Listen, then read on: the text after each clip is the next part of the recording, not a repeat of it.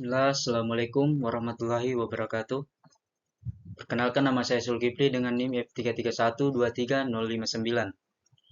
Saya akan menjelaskan materi tugas yang telah diberikan kepada saya, yaitu tentang getaran mekanisme.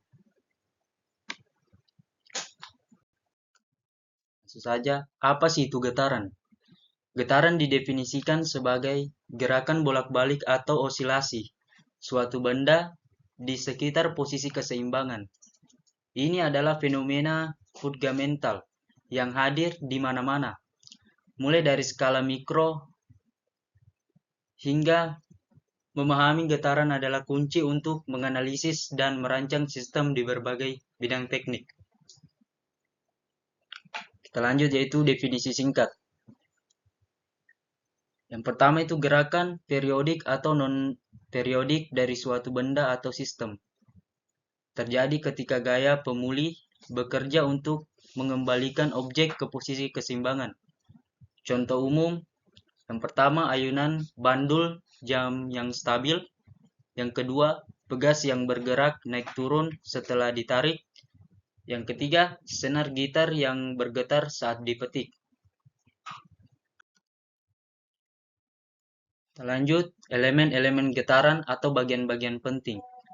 Setiap sistem getaran, baik yang sederhana maupun kompleks, terdiri dari beberapa elemen dasar yang berinteraksi satu sama lain. Memahami peran masing-masing elemen ini krusial untuk memodelkan dan menganalisis perilaku getaran. Yang pertama ada massa. Elemen inersia yang menyimpan energi kinetik. Ini adalah benda fisik yang mengalami osilasi. Semakin besar massa, semakin besar energi yang tersimpan dan semakin rendah frekuensi getarannya. Yang kedua ada pegas. Elemen elastis yang menyimpan dari energi potensial. Ini bertanggung jawab atas gaya pemulih yang mendorong benda kembali ke posisi keseimbangan. Kekakuan pegas menentukan seberapa besar gaya pemulihan tersebut. Yang ketiga ada peredam. Elemen yang menghilangkan energi dan sistem, biasanya melalui gesekan atau resistansi fluida. Ini menyebabkan amplitudo getaran berkurang seiring waktu sampai sistem kembali ke posisi diam. Yang keempat, ada posisi keseimbangan. Titik atau konfigurasi semua gaya bersih pada nol. Ini adalah posisi di mana sistem akan berdiam. Tidak ada gangguan eksternal maupun internal.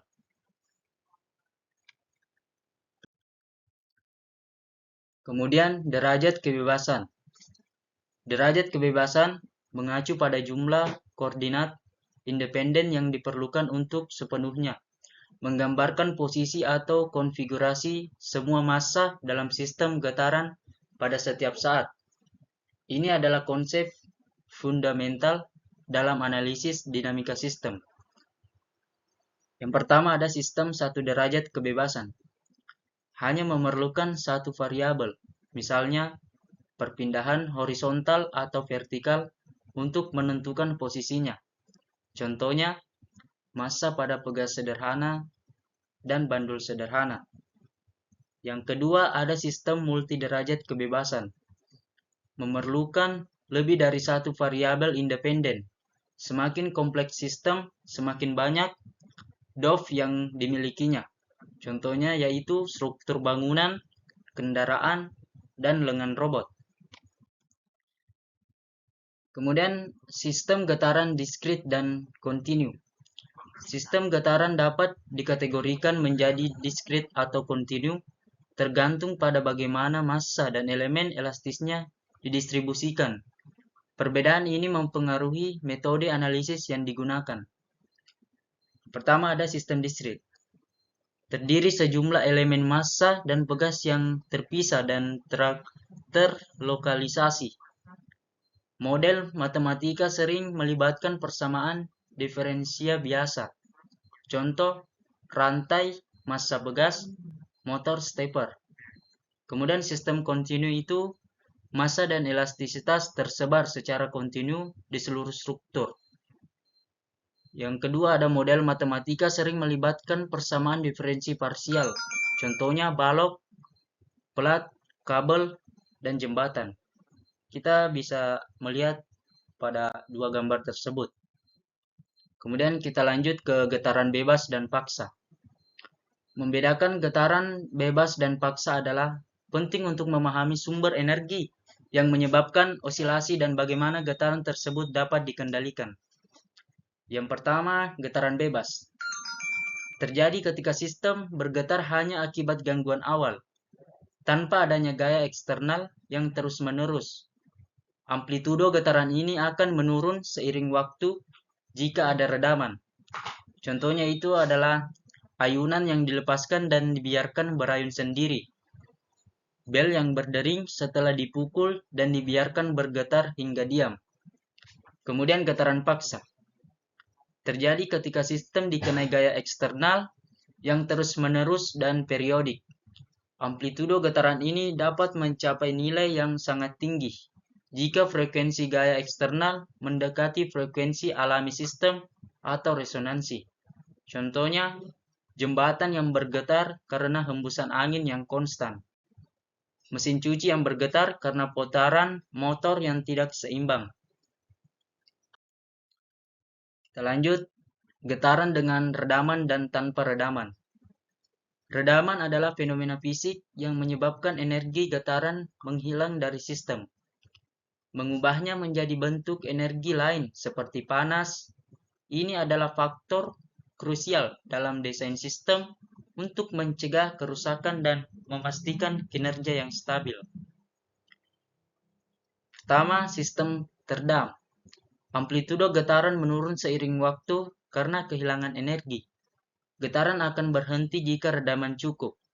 Contohnya pada sistem suspensi kendaraan, getaran jembatan yang direduksi oleh peredam, kemudian gesekan udara atau amplitudo peredam kejut.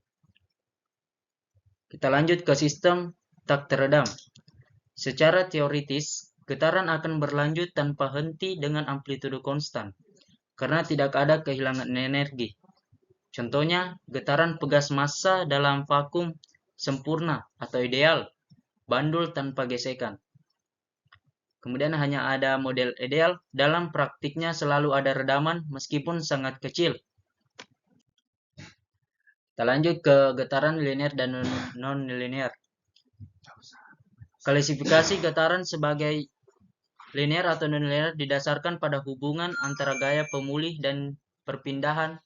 Ini sangat mempengaruhi konstitusi analisis dan perilaku sistem. Getaran linear. Sistem getaran dianggap linear jika gaya pemulihannya berbanding lurus dengan perpindahan, sesuai hukum Hooke untuk pegas, dan redamannya berbanding lurus dengan kecepatan. Analisis lebih sederhana mengungkap prinsip superposisi. Contoh, getaran kecil pada sebagai besar struktur rekayasa. Kemudian getaran non-linear. Terjadi ketika hubungan antara gaya pemulih dan perpindahan atau redaman dan kecepatan tidak linear. Ini bisa disebabkan oleh material non-linear, gesekan yang kompleks, atau geometri besar. Analisis lebih kompleks sering memerlukan metode numerik. Contohnya, getaran dengan amplitudo besar, sistem dengan celah, dan material karet. Kemudian kita lanjut ke getaran random dan deterministik. Jenis getaran ini dibedakan berdasarkan pola perilaku getarannya. Apakah dapat diprediksi atau tidak? Ini memiliki implikasi besar dalam perancangan sistem yang tahap terhadap lingkungan yang tidak pasti. Getaran deterministik. Pola getaran dapat diprediksi dengan akurat dari waktu ke waktu. Bentuk gelombangnya bisa digambarkan dengan fungsi matematika yang spesifik. Misalnya, fungsi sinus dan kosinus. Contohnya, getaran mesin yang beroperasi pada kecepatan konstan. Kemudian getaran harmonik sederhana. Analisis getaran random sering digunakan dalam desain struktur dan mesin yang terpapar lingkungan yang bervariasi dan tidak terduga, seperti gempa bumi atau beban angin. Kemudian getaran random. Pola getaran tidak dapat diprediksi secara tepat pada setiap waktu. Hanya dapat dijelaskan secara statistik seperti nilai rata-rata, deviasi standar, atau distribusi frekuensi. Contoh getaran pesawat terbang akibat turbulensi udara. Kemudian getaran mobil di jalan yang tidak rata. Kesimpulan dalam materi tersebut yaitu memahami getaran untuk pengendalian dan desain ada 4. Kesimpulan, yang pertama, desain sistem mekanik. Optimis kinerja dan umur pakai komponen seperti mesin, kendaraan, dan robot. Yang kedua yaitu keamanan dan keandalan. Mencegah kegagalan material dan kerusakan fatal akibat kelelahan getaran. Yang ketiga, konstruksi dan struktur. Memastikan ketahanan bangunan dan jembatan terhadap gempa, angin, dan beban dinamis lainnya.